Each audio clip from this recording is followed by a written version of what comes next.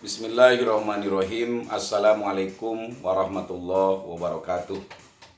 Alhamdulillah wassalatu wassalamu ala Rasulillah wa ala alihi wa sahbihi wa mawalah.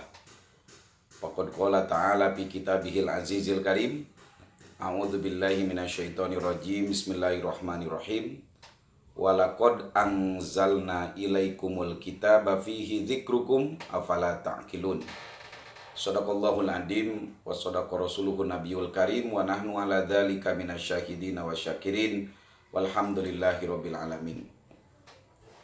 Para sahabat-sahabat seperjuangan, berbicara tentang membangun kembali peradaban Islam yang gilang gemilang adalah berbicara tentang fakta sejarah dan berbicara tentang apa yang telah digambarkan Allah dalam Al-Quran, juga telah dijelaskan oleh Rasulullah SAW. Pertanyaan intinya, apa yang menjadi kata kunci untuk membangun peradaban Islam yang gilang gemilang? Jawabannya adalah terletak pada komitmen manusia, komitmen orang-orang beriman terhadap Al-Quran.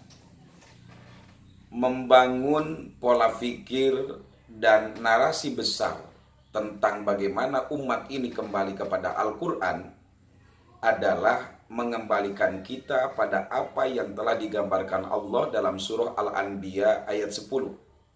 A'udzubillahi minasyaitonirrajim. Bismillahirrahmanirrahim. Walaqad anzalna ilaikumul kitaba fihi dzikrukum afala ta'qilun. Sungguh aku telah menurunkan kepada kalian Alkitab, Al-Quran, yang di sana fihi dzikrukum, fihi syarafukum. Ulama ahli tafsir sepakat bahwa Al-Quran merupakan kata kunci kemuliaan. Kemuliaan individu, kemuliaan keluarga, kemuliaan komunitas, kemuliaan organisasi, kemuliaan partai politik, kemuliaan negara, bahkan kemuliaan sebuah imperium atau sebuah peradaban dunia. Apa yang pertama harus kita lakukan? Pertama, seluruh umat Islam, orang-orang beriman harus meyakini mahwal wajib alal Al-Quran. Apa sesungguhnya kewajiban kita terhadap Al-Quran? Minimal kewajiban kita terhadap Al-Quran itu ada 6. Yang pertama adalah al-iman bil Quran. Kita harus mengimani bahwa Al-Quran adalah dustur ilahi, undang-undang ilahi yang mampu menyelesaikan seluruh problematika kehidupan manusia karena ia kalamullah yang maha benar. Yang kedua adalah iqra'ul Quran, membaca Al-Quran. Membaca Al-Quran sesuai dengan kaidah ilmu tajwid. Warattilil Qur'ana tartila, dan bacalah Al-Quran dengan tartil. Tartil yang dimaksud adalah membaca Al-Quran sesuai dengan qawaid ilmu bacaan Al-Quran, ilmu tajwid. Yang ketiga, fahmu ma'ani Al-Quran, memahami tentang makna kandungan Al-Quran. Bagaimana mungkin seorang mukmin akan komitmen dengan Al-Quran jika ia tidak memahami tentang makna Al-Quran? Yang keempat, al-amal bimuqtadul Quran. Kita wajib mengamalkan isi tuntutan kandungan Al-Quran, karena di sanalah letak kemuliaan kita. Dan yang kelimanya, ad-dakwah bil Quran. Kita mendakwahkan Al-Quran dengan metode Al-Quran. Dan yang keenamnya adalah iqamatu hukmil Quran. Kita wajib menegakkan hukum Al-Quran. Jika keenam itu sudah masuk dalam mindset cara berpikir orang-orang beriman, insya Allah apa yang dijanjikan Allah dalam surah Al-Anbiya fihi dzikrukum, bahwa di dalam Al-Quran ada kata kunci kemuliaan, akan menjadi bonus, akan menjadi sebuah pemberian dari Allah Subhanahu wa taala kepada kita. Tapi tentunya bahwa membumikan Al-Quran dengan 5 kewajiban yang tadi itu tidak bisa serta-merta, tidak bisa semudah membalikan tangan kita. Ada perlu tahapan-tahapan yang kita lakukan. Bagaimana agar umat ini meyakini bahwa Al-Quran adalah dustur ilahi yang menjadi kata kunci kemuliaan. Yang pertama harus kita lakukan adalah memberikan pemahaman secara menyeluruh, simultan kepada seluruh stakeholder umat beriman. Dan ini bisa dilakukan oleh individu, oleh para kiai, oleh pemangku kepentingan, dari mulai pejabat eksekutif, legislatif, yudikatif, dan seluruh masyarakat, melakukan satu kolaborasi besar dengan para dai di setiap level. Sehingga pemahaman masyarakat terhadap Al-Quran bukan hanya sebagai kitab pajangan di lemari, tetapi ia adalah dustur ilahi yang akan menjadi sebuah energi dahsyat bagi bangkitnya sebuah peradaban Islam yang gilang gemilang. Jadi kata kunci yang pertama adalah pahamkan Al-Quran sebagai dustur ilahi. Yang kedua adalah kolaborasi setiap elemen masyarakat dan para pemangku kebijakan kepentingan di penduduk bumi ini. Yang ketiga adalah tentu harus ada political will dari pejabat-pejabat dan elit-elit politik. Untuk itu, siapapun kita, dimanapun kita berada, atau apapun profesi kita, kalau kita punya kepentingan dan kewajiban yang sama untuk membangun sebuah peradaban Islam, apalagi Indonesia yang terbentang dari Sabang sampai Merauke, yang digambarkan Indonesia seperti halnya Jamrud Katulistiwa, ini adalah satu proyek yang akan mengangkat derajat bangsa ini dari keterpurukan. Untuk itu, selain kolaborasi, maka kita harus melakukan gotong royong agar mampu proyek membumikan Al-Quran ini menjadi sebuah proyek kita bersama dan ada political will dari para pemangku kepentingan dan pemangku kebijakan. Selanjutnya, apa yang harus kita lakukan? Kita harus memulai ini dengan sebuah narasi besar yang tidak terkait dengan target-target jangka pendek, tetapi jangka panjang. Narasi besar ini tidak boleh diembel-embeli, dikait-kaitkan dengan sebuah target-target jangka pendek yang bersifat duniawi. Tetapi harus dimulai dengan niat yang suci, niat yang murni, niat yang ikhlas. Karena niatlah sesungguhnya yang akan membuat sebuah pekerjaan besar itu menjadi sukses.